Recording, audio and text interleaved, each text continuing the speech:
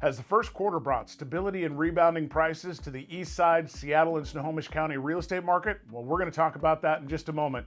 Hi, I'm Tony Meyer with Windermere Real Estate. For 34 years, I've helped clients buy and sell real estate, and I'm going to help you today to understand the real estate market so you can make a decision whether you want to get involved in it.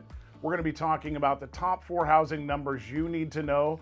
That includes interest rates, months of inventory, median sales price, and then the sales price to original list price ratio is a new number we're going to share with you this month. So first up, we're going to talk about interest rates. Interest rates moving in the right direction, clearly up from last year at 4.67, but down from February's average. So that's good news, makes homes more affordable, helps buyers and sellers. East side, steady on the months of inventory. Again, months of inventory is a division of supply versus demand, so active listings versus pending sales. And it shows the direction of the market. Anything under 2 months of inventory is a seller favored market. We're at 1.1. If you look at the 9-year average for the east side, it is 0.8 of a month of inventory. And all of those 9 years were basically appreciating years. So we're not far from the average at this point and a healthy marketplace. Prices, well, if you remember December, I told you prices hit $1,299,000, which was the low point from the year. We have seen a steady increase on east side prices. Going from $1,320,000 in January to $1,411,000 today. Still quite a bit down from last year, and this is an opportunity for buyers to get in this marketplace and not pay such a high price for a home. So it's good news.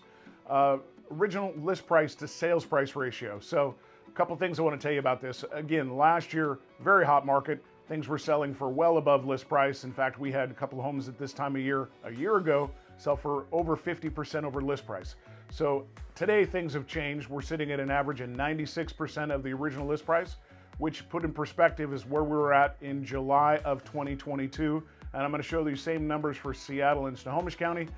They also harken back to July of 2022. So the market is improving from that period of time where it did decline lower.